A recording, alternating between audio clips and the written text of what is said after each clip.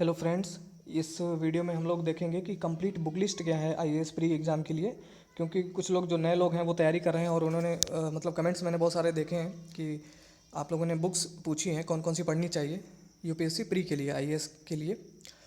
तो बुक्स तो लगभग सभी को पता है, लेकिन अगर नहीं पता है तो आप यहाँ से एक बार रीचेक कर सकते हैं। आप देख सकते हैं, ये लिस्ट है, मैं दे दे रहा हूँ आपको। तो इसमें मैंने history, geography, polity, economy, India और environment and ecology, science and technology और उसके बाद है करंट अफेयर्स। ये सब मैंने सबकी बुक लिस्ट मैंने यहाँ पे तैयार कर जो मैंने खुद के लिए नोट की थी वो आपको दिखा दे रहे हैं। तो इसमें एक चीज़ मैंने नहीं नोट की है, वो पहले ही बता दे रहे हैं ताकि मैं भी ना भूलूँ और आपको याद रहे। आपके लिए इम्पॉर्टेंट है कि लास्ट ईयर के क्वेश्चन पेपर, ठीक है। बुक्स तो मैंने सभी नोट करके रखी हैं और लास्ट ईयर के क्वेश्चन पेपर तो वो आप ज़रूर ले लें, क्योंकि उससे लास्ट ईयर के क्वेश्चन पेपर बहुत ज़्यादा इंपॉर्टेंट हैं। ओके, तो अब हम शुरू करते हैं कि कौन कौन सी किताबें आपको पढ़नी है। तो वन बाई वन सबसे पहले हिस्ट्री की बात करेंगे। तो हिस्ट्री, चूँकि यूपीएससी एग्ज़ाम के लिए जब आप तैयारी कर रहे हैं तो वहाँ पर चूँकि यूपीएससी जो है वो फैक्चुअल क्वेश्चन नहीं पूछती है और बहुत ज़्यादा तथ्य जो कहते हैं कि आपको कहानी की तरह आपको चीज़ें समझ में आनी चाहिए। अगर आपने समझ के रखी हैं तो ही आप यूपीएससी के क्वेश्चन सॉल्व कर सकते हैं, नहीं तो नहीं। ओके, तो इसके लिए एनसीईआरटी, सबसे पहले एनसीईआरटी बहुत ज़्यादा इम्पॉर्टेंट है हिस्ट्री के लिए। तो हिस्ट्री में चूँकि इतनी ज़्यादा एनसीईआरटी हैं, सिक्स, सेवन्थ, एट्थ और 11th 12th, 9th 10th की मैंने नहीं नोट की है, क्योंकि 9th और 10th की जो हिस्ट्री की बुक्स हैं वो वर्ल्ड ज्योग्राफी पर हैं, ठीक है, विश्व का इतिहास है। तो विश्व का इतिहास प्रीलिम्स में नहीं पूछा जाता है, वर्ल्ड ज्योग्राफी मेंस में पूछी जाती है। मतलब मेंस में world geography plus Indian geography सब पूछ ली जाती है। तो ठीक है, वो हम बाद में देख लेंगे। तो अभी सिर्फ प्रीलिम्स के लिए। तो प्रीलिम्स में six, seventh, eighth, 11th 12th की जो न्यू एनसीईआरटी हैं, ठीक है, नई वाली एनसीईआरटी हैं, वो सब आप पढ़ लें। लेकिन इतनी ज़्यादा हैं, आप कहेंगे कि मतलब कैसे ख़त्म हो पाएंगी। तो इनके लिए एक ही तरीका है कि बहुत, एक तो कम है, बहुत ज़्यादा नीचे 6 क्लास की एनसीईआरटी है, आप बहुत जल्दी ख़त्म कर सकते हैं। मैंने वीडियोस भी बना के डाले हैं उसके शॉर्ट नोट्स के, शॉर्ट नोट्स कह सकते हैं या पूरी तरीके से, क्योंकि मैंने फर्स्ट रीडिंग में ही नोट्स बना लिए थे। जबकि रूल ये होता है नोट्स बनाने का एनसीईआरटी का कि आप बहुत ही फास्ट रीडिंग, आप बहुत फास्ट उसको पढ़ते, समझ समझ के पढ़ते रहें। पहली फर्स्ट रीडिंग में आप नोट्स ना बनाएं एनसीईआरटी के, ठीक है। सेकंड रीडिंग में आप उसको थोड़ा समझ समझ के अंडरलाइन कर सकते हैं, हाइलाइटर यूज़ कर सकते हैं। और थर्ड रीडिंग में आप साथ साथ में शॉर्ट नोट्स बना सकते हैं। तो जो चीज़ें आपको नहीं याद रही होंगी तो वो थर्ड रीडिंग में आप नोट कर सकते हैं, तो शॉर्ट नोट्स बन के तैयार हो जाएगा, वो बहुत ज़्यादा इंपॉर्टेंट होगा। प्लस आप लास्ट ईयर के क्वेश्चन पेपर देख लें, क्योंकि नोट्स बनाते समय आप चीज़ों को ध्यान रखें कि किस तरीके से क्वेश्चन पूछे जाते हैं। तो सिक्स की जो है वो मध्य प्राचीन भारत पर है की बुक है। सेवन्थ की मध्यकालीन भारत का इतिहास कह सकते हैं। एट्थ क्लास की जो आधुनिक भारत। उसके बाद 11th 12th की जो एनसीईआरटी है न्यू वाली, ये भी प्राचीन, मध्यकालीन और आधुनिक भारत के इतिहास पर है। तो एनसीईआरटी तो आप ज़रूर ही पढ़ लें, मस्ट है, मतलब ये अनिवार्य है। इसके बाद प्राचीन भारत के लिए अगर आप टेक्स्ट बुक कहेंगे, जो अगर आप बहुत गहनता से जिसको आपको पढ़नी है, वो है रामचरण शर्मा, जो कि पुरानी एनसीईआरटी है, ठीक है, एनसीईआरटी पर ही है। इसकी एक बुक भी मतलब आपको मिल जाएगी मार्केट में, चाहे तो आप वो ले लें, या फिर पीडीएफ अगर आपको मिल जाए तो आप पीडीएफ से भी पढ़ सकते हैं प्राचीन भारत की। और मध्यकालीन भारत के लिए सतीश चंद्रा की, ये भी पुरानी एनसीईआरटी है, ये पढ़ सकते हैं। हालांकि मध्यकालीन भारत जो है उससे क्वेश्चन बहुत कम ही पूछे जाते हैं, मतलब बहुत कम ही पूछे जाते हैं, तो आप उसे इग्नोर भी, मतलब थोड़ा कम समय दें इस पर। या बहुत से लोग जो तैयारी करते हैं वो मध्यकालीन नहीं भी पढ़ते हैं, तो ये आपके खुद के विवेक पर है, आप क्या उचित समझते हैं। ओके, इसके बाद है आधुनिक भारत। तो आधुनिक भारत के लिए अगर बुक आप पूछेंगे तो स्पेक्ट्रम, राजीव अहिर, क्योंकि ये बुक मैंने पढ़ी है और काफ़ी मतलब अच्छी बुक है, बहुत अच्छा नोट्स, आईपीएस अधिकारी हैं राजीव अहिर सर, तो इन्होंने ये लिखी है अपने खुद के नोट्स से। और ये आप चाहें तो स्पेक्ट्रम की ये बुक पढ़ सकते हैं, मतलब मॉडर्न इंडिया के लिए, मॉडर्न इंडियन हिस्ट्री के लिए। या फिर आप विपिन चंद्रा पढ़ सकते हैं, ठीक है। दो में से कोई भी एक बुक अगर आपके पास है तो आप पढ़ सकते हैं, या कोई और बुक अगर आपके पास है तो पढ़ सकते हैं, ठीक है। अगर किसी के पास, ये बुक्स मैंने इसलिए नोट कर रखी हैं, अगर आप बिल्कुल नए हैं और तैयारी कर रहे हैं और कोई बुक नहीं अभी तक ली है तो आप ले सकते हैं, ठीक है। अगर कोई बुक पहले से ही आपने अच्छी ले रखी है तो वो भी सही है, लेने की ज़रूरत नहीं है फिर ये। ओके, इसके बाद है, अच्छा स्पेक्ट्रम चूँकि छोटी बुक है, जल्दी इसे बहुत काफ़ी जल्दी तैयार किया जा सकता है। इसमें 21 चैप्टर हैं और बहुत छोटे छोटे हैं, काफ़ी जल्दी तैयार कर सकते हैं आप, एक हफ्ते के अंदर पढ़ के ख़त्म कर सकते हैं। ओके, और इसके बाद है कला एवं संस्कृति, तो आर्ट एंड कल्चर। तो आर्ट एंड कल्चर पर भी आप लास्ट ईयर के क्वेश्चन पेपर देखेंगे, आप क्वेश्चन सोल्यूशन ज़रूर ले लें प्रीलिम्स का। तो 25 वर्ष का या 20 वर्ष का लेने की ज़रूरत नहीं है, 2011 से और अब तक 2017 का जो प्रीलिम्स हुआ था तब तक के आप 7 साल के क्वेश्चन पेपर ज़रूर देख लें। अगर मान लीजिए पिछले 15 या 20 साल का मिल जाए तो भी आप, जो इम्पोर्टेंट है वो 2011 के बाद से, आप जब से थोड़े चेंजेज हुए हैं इसमें, इस एग्ज़ाम में। तो इसमें आप देखेंगे कि आर्ट एंड कल्चर पर बहुत ज़्यादा फोकस किया जा रहा है, इस पर बहुत सारे क्वेश्चन पूछ लिए जाते हैं, और मॉडर्न इंडियन हिस्ट्री पर सबसे ज़्यादा क्वेश्चन, ठीक है। और मध्यकालीन भारत तो बहुत कम पूछे जाते हैं।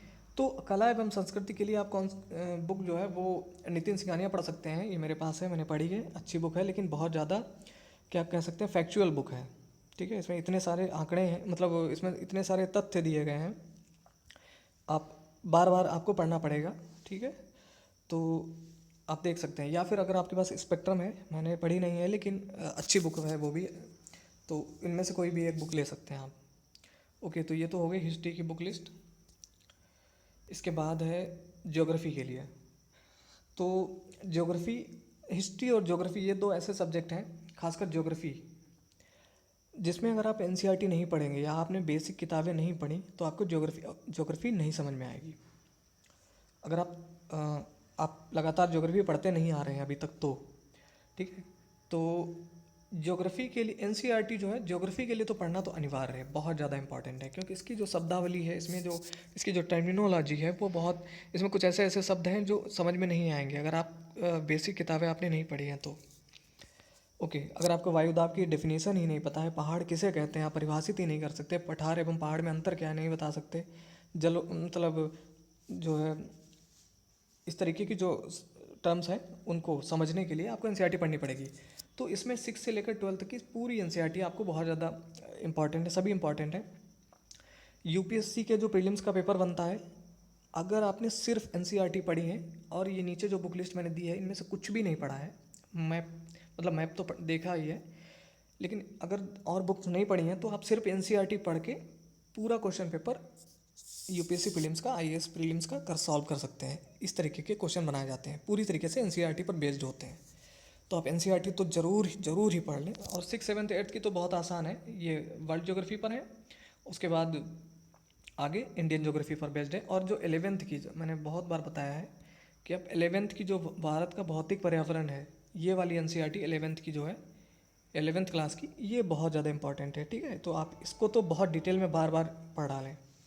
ओके, इसके मैंने वीडियोस भी बना के डाले हैं, आप देख सकते हैं प्लेलिस्ट में जाकर एनसीईआरटी के। ओके, तो ये तो बात हो गई एनसीईआरटी की। इसके बाद है, अब अगर आपने एनसीईआरटी बहुत अच्छी तरीके से पढ़ी है तो आपको कुछ भी पढ़ने की ज़रूरत नहीं है प्रीलिम्स के लिए। ओके, अगर आप फिर भी पढ़ना चाहते हैं तो भारत एवं विश्व भूगोल, महेश कुमार वर्णवाल की बुक आती है। सॉरी, भारत एवं विश्व भूगोल नहीं, मतलब इसमें भारत एवं विश्व भूगोल दोनों ही पोर्शन दिए होते हैं, लेकिन इस बुक का नाम है भूगोल एक समग्र अध्ययन, ठीक है। इसके राइटर हैं महेश कुमार वर्णवाल। ओके, तो भूगोल एक समग्र अध्ययन आप ये पढ़ सकते हैं, मतलब ये मैंने पढ़ी है, इस वजह मुझे मतलब समझ में आई है, तो इस वजह से बता रहे हैं। वैसे और भी बुक्स अच्छी हैं, माजिद हुसैन की भी अच्छी है, खुल्लर भी अच्छी है, बहुत ज़्यादा भारी भरकम है, तो इतना ज़्यादा पढ़ने की ज़रूरत नहीं है प्रीलिम्स के लिए, क्योंकि एनसीईआरटी तो आपने अगर देखी ही होगी साथ में। ओके, लेकिन इस जो भूगोल एक समग्र अध्ययन जो ये बुक है, इसमें वर्ल्ड ज्योग्राफी बहुत अच्छी तरीके से दी गई है, विश्व का भूगोल, लेकिन इसमें भारत का भूगोल थोड़ा अच्छी दी गई है, लेकिन थोड़ा कम, मतलब चीज़ों को उतनी ज़्यादा डिटेल में नहीं दिया गया है। तो उसके लिए तो आप चाहें तो भूगोल की दूसरी बुक, भारत का भूगोल किसी दूसरी बुक से पढ़ लें, और विश्व का भूगोल महेश वर्णवाल से पढ़ लें ये पोर्सन। तो भारत का भूगोल आप चाहें तो वाणी, परीक्षा वाणी की बुक आती है एसके ओझा की, आप वो पढ़ सकते हैं, वो भी अच्छी है, या कोई और बुक आप अगर आपके पास है तो वो देख सकते हैं। इसके बाद है एटलस।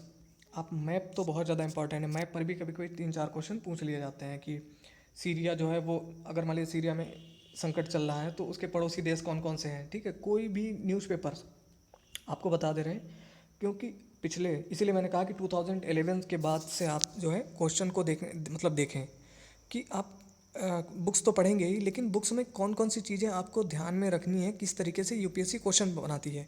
क्योंकि अब तक जो जब से यूपीएससी क्वेश्चन आईएएस का एग्ज़ाम हो रहा है, तब से अभी तक क्वेश्चन रिपीट नहीं हुए हैं।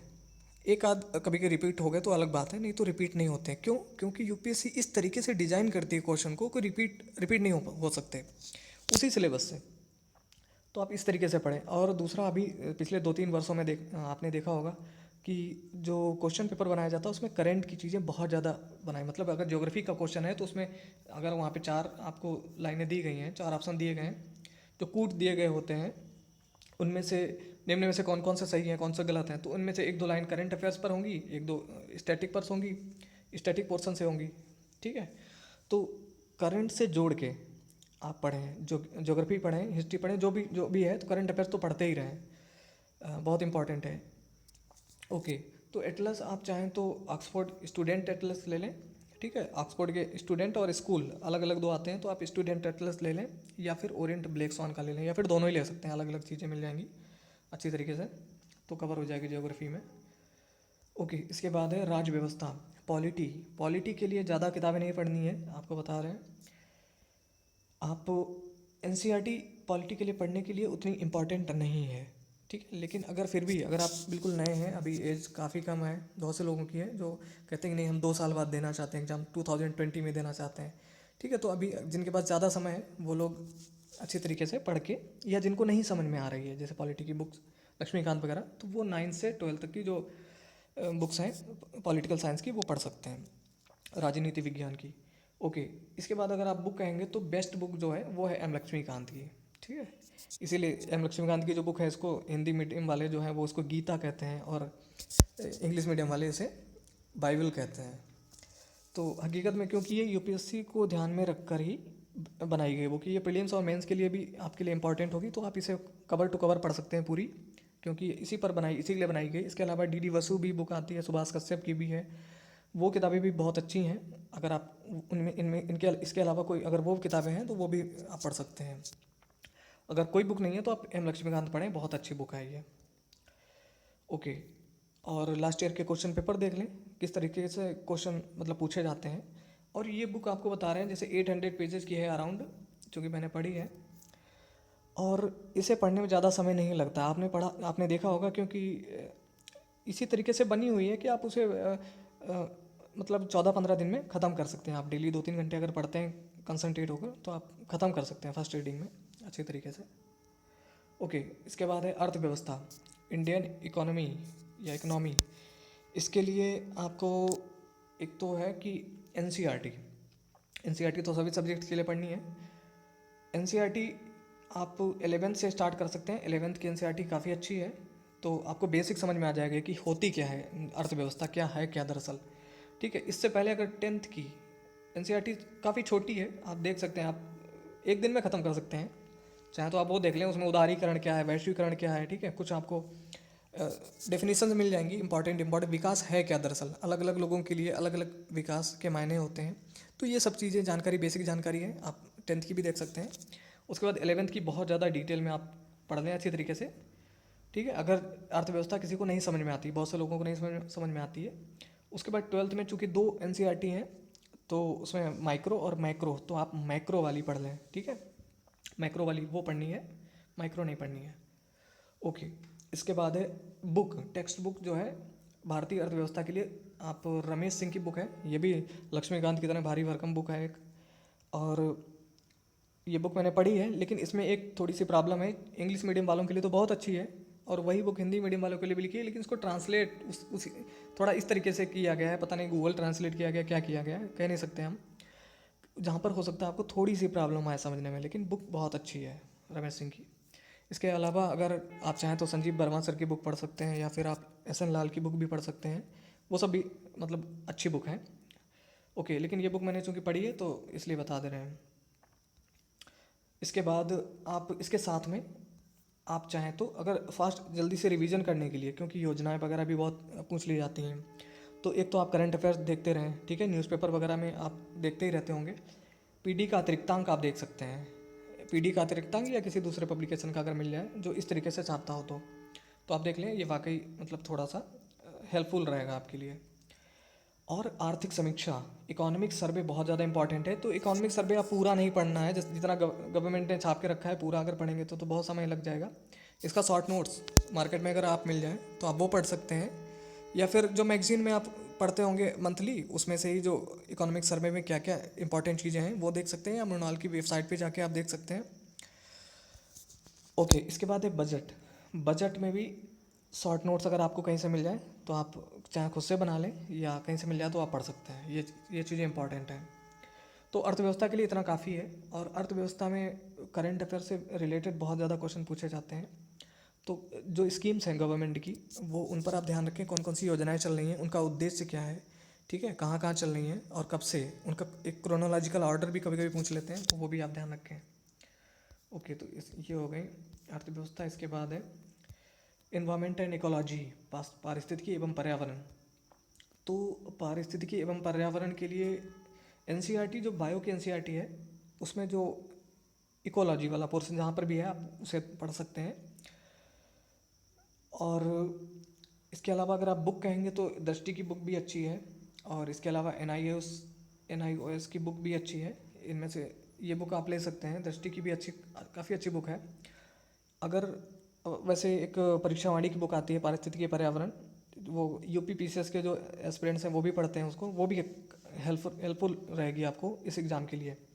तीसरा ये है कि करंट अफेयर्स में जो कुछ भी पारिस्थितिकी एवं पर्यावरण से रिलेटेड जो खबरें आती हैं आप उनको बहुत ध्यान से पढ़ें, क्योंकि उन्हीं पर क्वेश्चन ज़्यादातर पूछे जाते हैं, ठीक है। लेकिन बुक आप ये ले सकते हैं। ओके, इसके बाद है, और लास्ट ईयर के क्वेश्चन पेपर आप देख लें तो आपको आइडिया लग जाएगा। और चूंकि एक चीज़ और बता दें, यहाँ पर ध्यान में आ गई है, क्योंकि चूंकि IAS मतलब जो एडमिनिस्ट्रेटिव सर्विसेज के लिए, और इंडियन फॉरेस्ट सर्विस IFS, ठीक है, IFOS कह सकते हैं, IFOS इंडियन फॉरेस्ट सर्विसेज, इन दोनों एग्ज़ाम का प्रीलिम्स सेम होता है। तो जब सेम एग्ज़ाम होता है इंडियन फॉरेस्ट सर्विसेज के लिए भी, तो इन्वायरमेंट एंड इकोलॉजी के क्वेश्चन थोड़े ज़्यादा पूछे जा रहे हैं पिछले 2-3 वर्षों से। आप क्वेश्चन पेपर देख सकते हैं। तो थोड़ा इस पोर्शन पर थोड़ा बहुत गंभीरता से आप ध्यान दें, थोड़ा डिटेल में पढ़ लें। जलवायु परिवर्तन सम्मेलन, जो भी सम्मेलन हो रहे हैं उन पर बहुत ज़्यादा अच्छी तरीके से डिटेल में पढ़ लें। आप विकीपीडिया से पढ़ लें, जहाँ भी मिले आपको पढ़ लें, किसी से कम ना रहें, क्योंकि आप वहाँ पर तो कंपटीशन बस इसी चीज़ का है कि आप दूसरों से बेहतर करके आएँ, तभी आपका प्रीलिम्स क्वालिफाई हो सकता है। ओके, इसके बाद है सामान्य विज्ञान। जनरल साइंस के लिए, साइंस पर पिछले 2-3 वर्षों से आपने देखे होंगे कि क्वेश्चन इस तरीके से पूछे जाते हैं जो करंट बेस्ड हैं, ठीक है।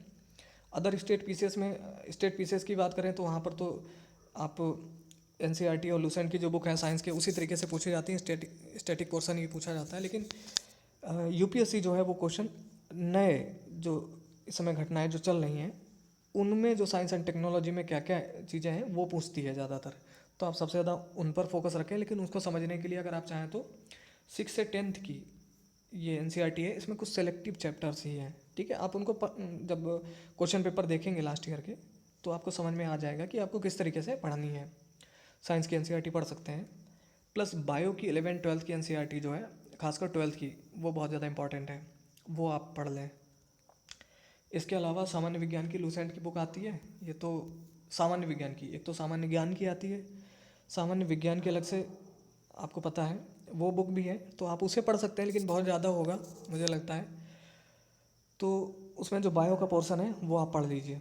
इसके अलावा साइंस एंड टेक्नोलॉजी की बुक जो TMH पब्लिकेशन की या किसी दूसरी पब्लिकेशन की अगर आपके पास है तो आप ले सकते हैं इसके साइंस के लिए।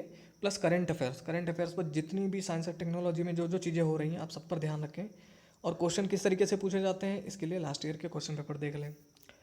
ओके, इसके बाद है करंट अफेयर्स जो कि सबसे ज़्यादा इंपॉर्टेंट है इस समय। आजकल जो ट्रेंड चल रहा है UPSC का, वो पूरी तरीके से क्वेश्चन पेपर करंट की तरफ झुका हुआ है। चाहे मेंस का देख लीजिए, चाहे प्रीलिम्स देख लीजिए आप, तो पूरी लड़ाई सब कुछ करंट अफेयर्स की है। क्योंकि स्टैटिक अभी तक ये था कि लोग 4 साल से लगातार स्टैटिक पोर्शन पढ़ते आ रहे हैं तो उनका ही निकल जाता था। लेकिन ये सबके लिए इक्वली टफ रहे, जो नए एस्पिरेंट्स हैं उनका नुकसान ना हो, ठीक है। और जो दूसरा ये है कि कोचिंग वाले, क्योंकि जब करंट हर साल पड़ेगा तो उनको भी मेहनत करनी पड़े, उनको किसी के लिए ये ना रहे कि भाई कोई कोचिंग नहीं कर सकता तो नहीं एग्ज़ाम निकाल सकता है, ठीक है। तो मेहनत करनी पड़ेगी, चाहे कोचिंग करें चाहे ना करें, आपको पढ़ाई करनी पड़ेगी तभी आप निकाल सकते हैं, ठीक है। तो इस तरीके से क्वेश्चन पेपर बना रही है यूपीएससी, कोशिश कर रही है। तो करंट अफेयर्स के लिए आप एक तो खासकर यूपीएससी के लिए बता दें, पत्रिकाएं देखिए मैंने नोट कर बता रहे हैं आपको। आप दृष्टि करंट अफेयर्स टुडे जो मैगजीन आती है आप वो ले सकते हैं। अगर आप, चूँकि पहले थोड़ी ज़्यादा काफ़ी मोटी ये छापते थे, 300 पेजेस की छापते थे, अब पिछले 1-2 महीने से, मतलब पिछले दिनों से कुछ देख रहे होंगे आप, 200 पेजेस तक करीब छाप दे रहे हैं। तो ठीक है, आप पढ़ सकते हैं आप, अच्छी बुक है। दृष्टि टुडे आप ले लें, या फिर विजन आईएएस पढ़ सकते हैं, या फिर क्रॉनिकल, इन तीनों में से कोई एक। और चाहे तो आप कोई भी 2 ले सकते हैं, या क्रॉनिकल या दृष्टि टुडे, और प्लस साथ में इसका वो आप पीडीएफ डाउनलोड कर सकते हैं विजन आईएएस का, अगर कहीं से मिल जाता है, इसकी वेबसाइट पर भी मिल जाता है पिछले महीने का, तो वो आप देख सकते हैं। इसके अलावा न्यूज़पेपर बहुत ज़्यादा इम्पॉर्टेंट है, ठीक है, प्रीलिम्स और मेंस दोनों के लिए। न्यूज़पेपर क्यों इम्पॉर्टेंट है, इसके लिए मैंने एक वीडियो में करंट अफेयर्स कैसे तैयार करें, एक वीडियो मैंने बना के रखा था, उसमें हम लोग ने डिटेल से बात की थी कि क्योंकि न्यूज़पेपर में चीज़ें, जैसे मान लीजिए जीएसटी पर आज आपने न्यूज़पेपर में कुछ पढ़ा, ठीक है, आज आपने कुछ पढ़ा तो आपको 4 बातें याद हो गई जीएसटी में, हाँ ये चल रहा है, ये इसके प्रोविजंस, ये प्रावधान है। आपने 1 हफ्ते बाद या 4 दिन बाद फिर जीएसटी की कोई नई न्यूज़ निकली, फिर आपने कोई और चीज़ें पता चल गई, ठीक है। तो आप डेली ही हर दूसरे तीसरे दिन कुछ न कुछ पढ़ते रहेंगे न्यूज़पेपर में, तो इतनी बार हमारे सामने आती हैं चीज़ें, और ऐसे ही चीज़ें तैयार हो जाती हैं। तो इसलिए न्यूज़पेपर बहुत ज़्यादा इंपॉर्टेंट है। अब जीएसटी पर कोई क्वेश्चन किसी भी तरीके से बना दिया जाएगा, तो आपने जीएसटी अनजाने में ही, अगर आप न्यूज़पेपर पढ़ेंगे तो अनजाने में ही आपने 10,000 शब्द, 10,000 वर्ड्स आपके तैयार होंगे जीएसटी पर। तो 10,000 वर्ड्स में अगर आपको 200 वर्ड्स लिखने पड़ जाएँ तो बहुत आसानी से आप लिख सकते हैं बना के, ठीक है। लेकिन अगर आप कहेंगे कि भाई ये तो हम मैगजीन में भी पढ़ेंगे, टुडे, दृष्टि टुडे या विजन या क्रॉनिकल में भी पढ़ेंगे, लेकिन वहाँ पर तो आपको 200 वर्ड्स में ही मिलेगा ना जीएसटी पर 1 महीने में। तो इस 200 में आपको कितने शब्द याद रहेंगे, मतलब कितनी बातें आप याद कर रख सकते हैं, और रिवीजन भी आप इतनी रेगुलरली नहीं कर पाएंगे, आदत ही नहीं होती। इसलिए न्यूज़पेपर बहुत ज़्यादा इंपॉर्टेंट है मेरे हिसाब से। ओके, तो न्यूज़पेपर आप दैनिक जागरण चाहे राष्ट्रीय संस्करण पढ़ लें, क्योंकि जो अगर लोकल आप जैसे जो आता रहता है, तो वो उसमें आपके डिस्ट्रिक्ट, आपके शहर की जो खबरें होंगी वो भी हुई कि कहाँ क्या हुआ, कहाँ एक्सीडेंट हुआ, कौन कौन सी घटनाएं हुई, वो सब भी होंगी। तो वो सब आप इग्नोर कर सकते हैं, आप मतलब उसको भी पढ़ सकते हैं आप। लेकिन अगर राष्ट्रीय संस्करण इसका मिल जाए तो आप, जैसा कि व्हाट्सएप पर भी मिल जाता है, बहुत सारे ग्रुप्स ऐसे चल रहे हैं, या कोई वेबसाइट पर जाकर भी आप पढ़ सकते हैं, ठीक है, राष्ट्रीय संस्करण अगर मिल जाए तो, या फिर जनसत्ता, ठीक है, या दोनों में भी पढ़ सकते हैं। लेकिन बहुत ज़्यादा पढ़ने की ज़रूरत नहीं है, आप दैनिक जागरण पढ़िए अगर मुझसे पूछेंगे तो। इसमें संपादकीय पढ़ते रहिए, बहुत कुछ आपकी समझ विकसित होगी। और क्योंकि दरअसल हमारा उद्देश्य सिर्फ प्री निकालना नहीं है, प्री के तो मार्क्स भी नहीं जुड़ते हैं, प्री तो सिर्फ क्वालिफाइंग है, किसी भी तरीके से प्री निकले बस, इतने के लिए है बस। तो सारी लड़ाई जो है मेंस की है आगे चल के। तो आप अभी से तैयारी होती रहे अच्छे तरीके से, इसलिए न्यूज़पेपर कभी ना छोड़ें, मेरा ऐसा मानना है। ओके, अन्य पत्रिकाएं अगर आप पूछेंगे तो आप योजना और कुरुक्षेत्र ये आप ले सकते हैं मंथली। तो योजना और कुरुक्षेत्र में भी, ये चूँकि गवर्नमेंट की पत्रिकाएं हैं सरकारी, ये आप ले सकते हैं। और इनमें सारी चीज़ें नहीं पढ़नी है जो एग्ज़ाम के लिए आपको लगता है। देखिए, आप क्वेश्चन पेपर देखेंगे बार बार, अगर आप 2-4 बार अपने क्वेश्चन पेपर देखेंगे तो आपको ये ज़रूर एहसास हो जाता है चीज़ों को पढ़ते समय कि कौन कौन सी चीज़ हमारे लिए इंपॉर्टेंट है, कौन कौन सी नहीं। जैसे कि न्यूज़पेपर पढ़ते समय आप न्यूज़पेपर पढ़ेंगे तो आप ये समझ जाएंगे कि ये चीज़ हमारे लिए इंपॉर्टेंट है, ये चीज़ नहीं, ठीक है। तो योजना कुरुक्षेत्र भी ले सकते हैं। वैसे तो जो मैगजीन है जैसे दृष्टि है, इसमें भी आपको मिल जाते हैं योजना कुरुक्षेत्र के लेख, तो चाहें तो आप ले सकते हैं। वैसे इतनी इंपॉर्टेंट ज़रूरी नहीं है, जो लोग मतलब तैयार जैसे जॉब कर रहे हैं या जिनके पास समय कम है, उन लोगों को लेने की ज़रूरत नहीं है ये। ओके, तो दोस्तों ये बुक लिस्ट थी। अगर आपको कुछ और पूछना है तो आप पूछ सकते हैं, ये सिर्फ प्रीलिम्स के लिए बुक लिस्ट है। और तो ये चूँकि जो मेरी नॉलेज में जितनी बुक्स हैं या जो मैंने पढ़ी हैं, मैंने वो आपको बता रखी हैं। अगर हो सकता है कि आपके पास इससे बेहतर और बुक्स हों तो आप उन्हें भी देख सकते हैं। और अगर आपका कोई क्वेश्चन है तो आप कमेंट करें, मैं आपको रिप्लाई करूँगा। और ये वीडियो देखने के लिए बहुत बहुत धन्यवाद। आपका दिन शुभ हो।